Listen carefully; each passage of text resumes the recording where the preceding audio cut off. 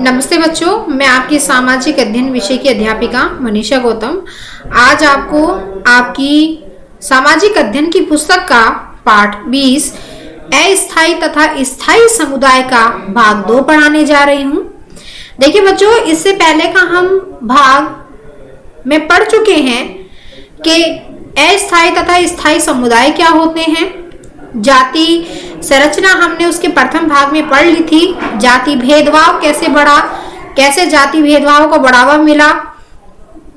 राज्य गठन के बारे में हम पढ़ चुके हैं कि उस समय के राज्य गठन किस प्रकार से किए जाते थे। और अब हम पढ़ने जा रहे हैं प्रकरण अध्ययन गोंड तथा अहोम। तो चलिए बच्चों शुरू करते हैं। सभी बच्चे अपनी सामाजिक अध्ययन की पुस्तक खोल लेंगे और मेरे साथ साथ ध्यान पूर्वक रीडिंग भी करेंगे और एक एक शब्द को अच्छी तरह से समझते हुए जाएंगे। तो शुरू करते हैं बच्चों।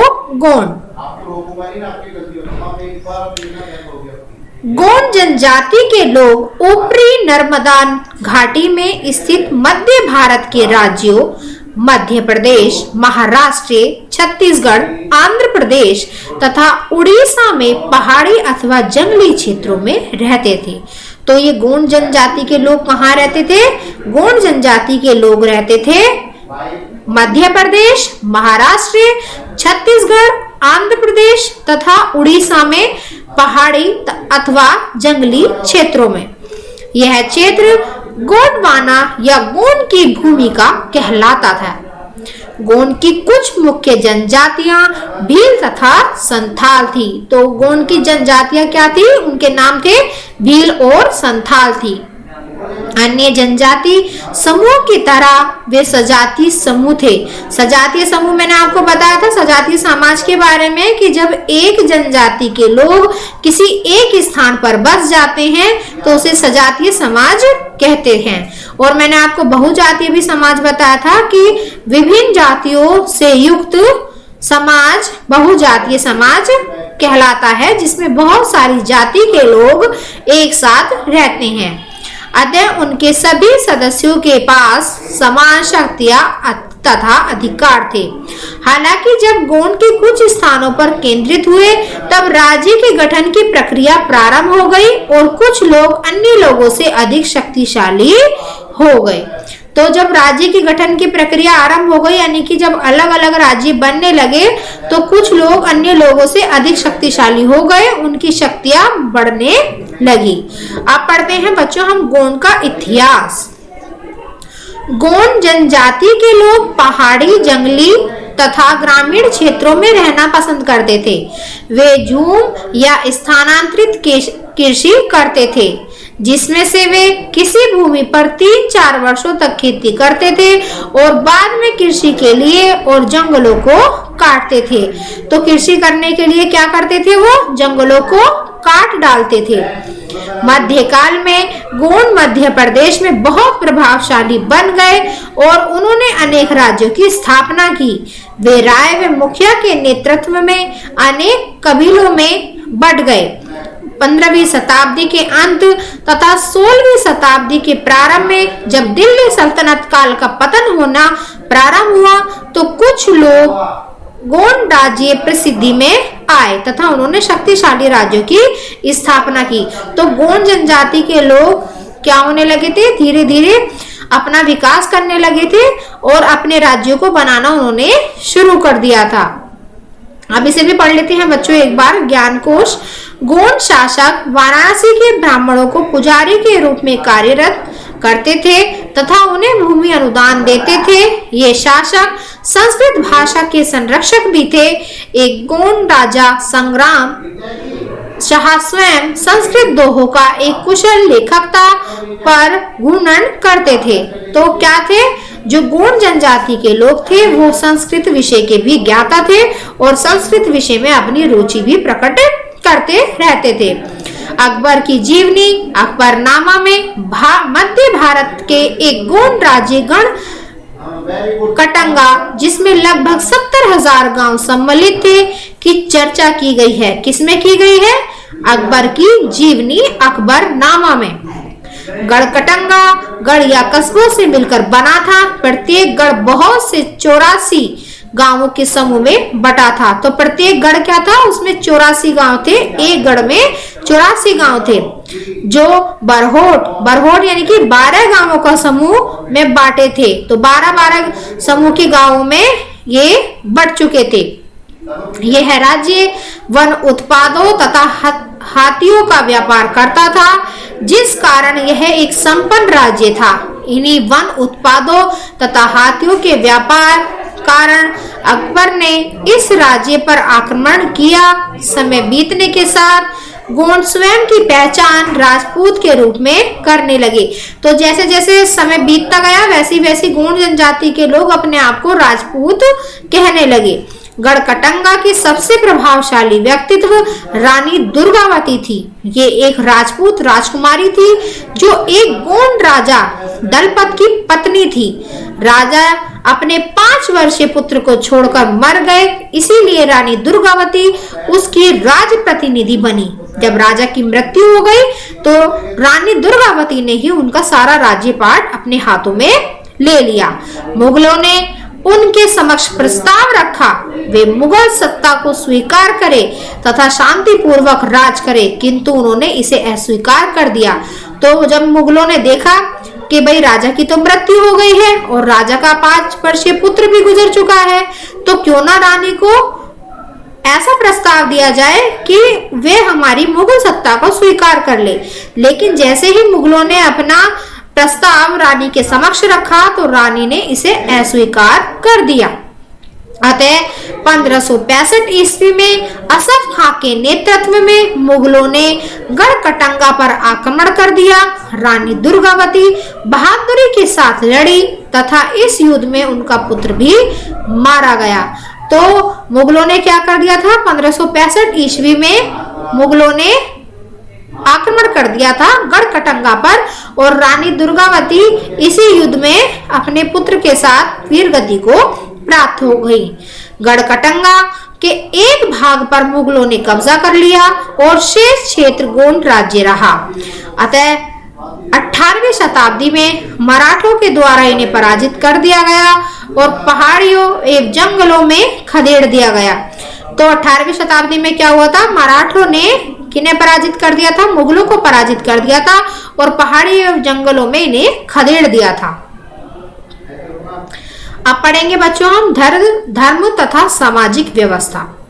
प्रारंभ में गोंड जनजाति धार्मिक संस्कारों तथा रीति रिवाजों का पालन करती थी, किंतु जब उन्होंने स्वयं की पहचान राजपूत बना ली तो उन्होंने हिंदू धर्म को अपना लिया तथा हिंदू देवी देवताओं के साथ प्राकृतिक शक्तियों जैसे सूर्य, चंद्रमा, वायु आदि की आराधना करना प्रारंभ कर दिया। वर्तमान में कुछ गोंड मुस्लिम व ईसाई भी हैं। तो जो गोंड जनजाति के लोग थे क्या करा, धीरे धीरे पहले तो अपने आप को राजपूत जाति में परिवर्तित कर दिया। राजपूत अपने आप को मानने लगे और हिंदू धर्म को अपनाकर हिंदू देवी देवताओं की पूजा करने लगे, उनकी आराधना करने लगे। जैसे सूर्य देवता, चंद्रमा, वायु आदि की उन्होंने पूजा करनी शुरू कर दी और कुछ लोग मुस्लिम एवं ईसाई जाति में भी अपने आप को मिला लिया।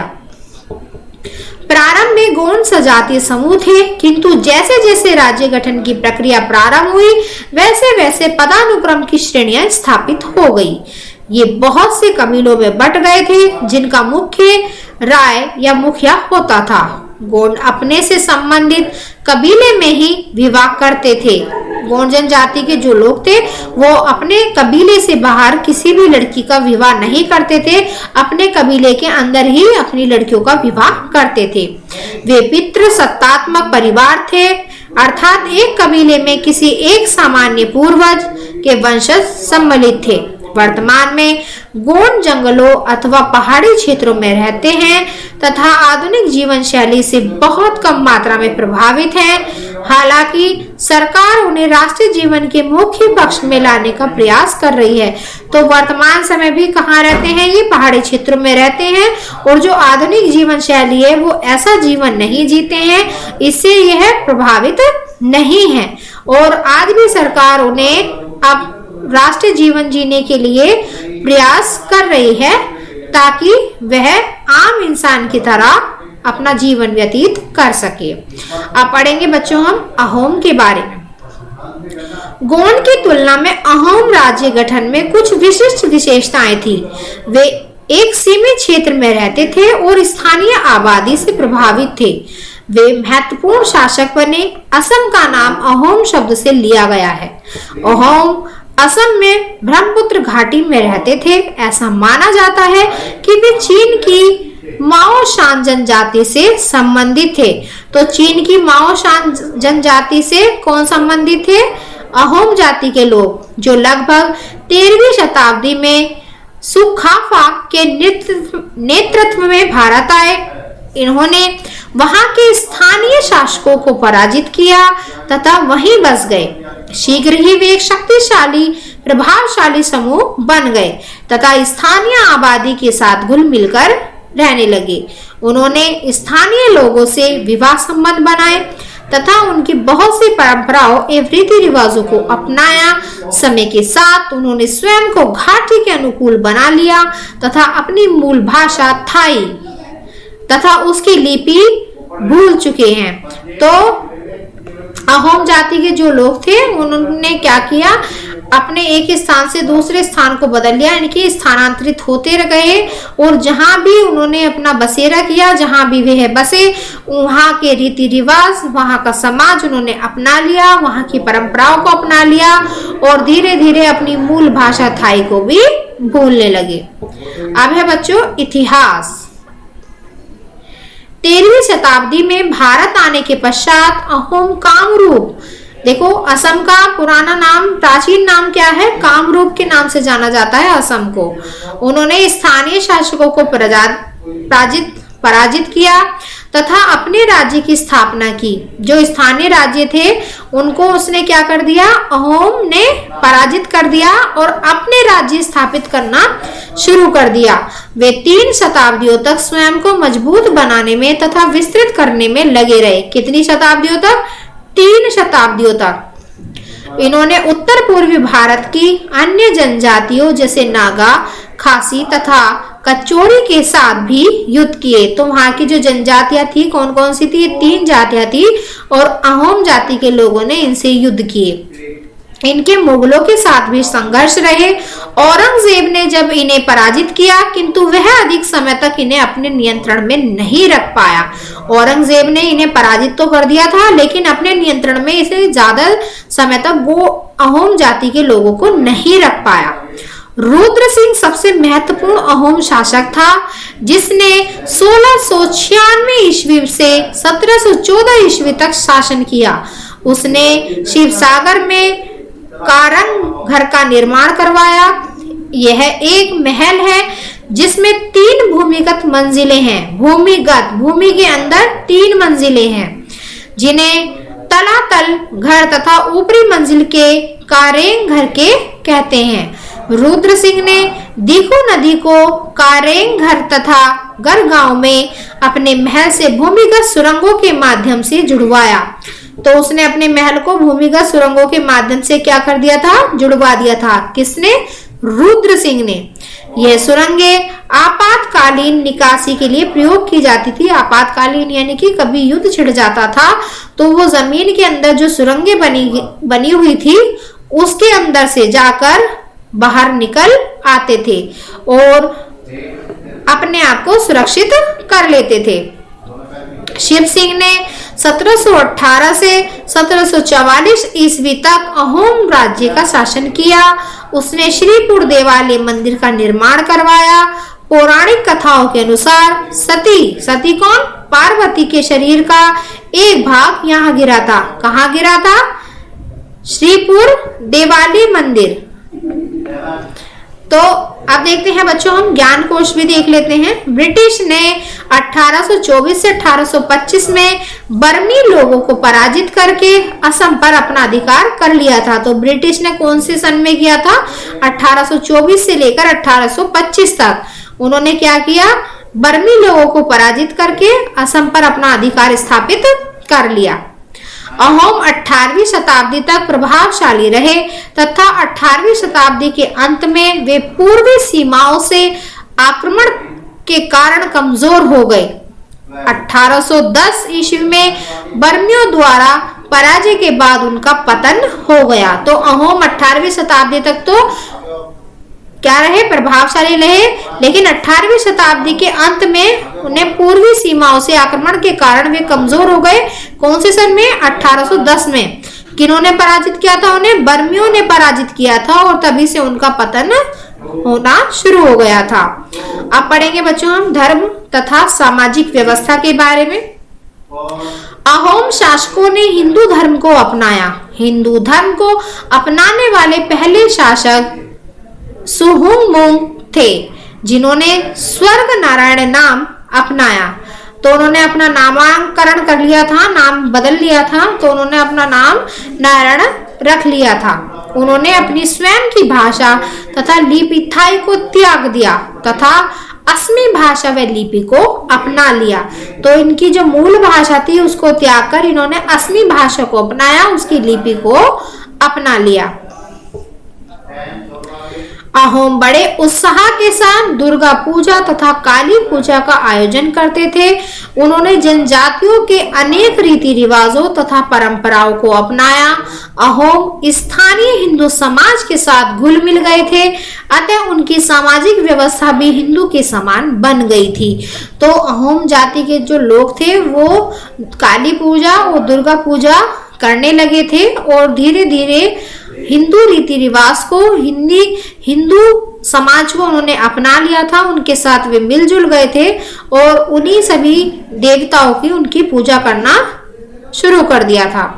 अहोम शासकों ने जनबल व्यवस्थित किया था, जो युद्ध तथा शांति दोनों स्थितियों में एक महत्वपूर्ण भूमिका निभाता था। इसके सदस्य पाइक कहलाते थे। तो अहोम शासकों ने क्या किया? एक जनबल व्यवस्था की थी। जन बल यानी कि जन का बल, लोगों का बल व्यवस्थित किया और इसके सदस्य क्या कहलाए? पाइक कहलाए, जो सैनिकों के रूप में सेवारत थे तथा बाद में वे सड़क बनाते थे और जंगली एवं दलदली भूमि को चावल की खेती के योग्य बनाते थे। प्रारंभ में क्या थे ये लोग? पाइक जो लोग थे प्रारंभ में क्या थे? एक सैनिक के रूप में ले लिए गए, फिर बाद में उन्होंने क्या किया? सड़कों को बनाने का कार्य प्रारंभ किया और धीरे धीरे उन्होंने जंगली एवं दलदली भूमि को चावल की खेती के लिए उपयोग भी बना दिया था। लोग बसावट वाले क्षेत्रों से नए प्राप्ति स्थलों की ओर निरंतर गतिशील होते रहे। तो जहां पर बसावट अधिक थी वहां पर लोग निरंतर गतिशील होते रहे और अपना बसेरा करते रहे। तो चलिए बच्चों अंत में ये ज्ञान कोश भी देख लेते हैं एक बार। अहोम की ऐतिहासिक समझ अच्छी थी क्योंकि उन्होंने प्राचीन समय का रिकॉर्ड रखा, जिसे बुरा राजी कहा जाता है। तो अहोम जाति के लोग इतने समझदार क्यों थे? क्योंकि वो इतिहास से परिचित थे। इतिहास की घटनाओं से भली भांति परिचित होने के कारण ही उन्होंने अपनी जाति का इतना विस्तार किया और अपना विकास किया। तो देखिए बच्चों आज हमारा इस पाठ का यह द्वितीय भाग समाप्त होता है और यह वीडियो भी हमारी समाप्त होती है। ठीक है बच्चों, तो अब आपको इस पाठ को अच्छे से पढ़ना है ताकि आपको और इस पाठ के बारे में अच्छे से समझ में आ जाए। ठीक है बच्चों, धन्यवाद।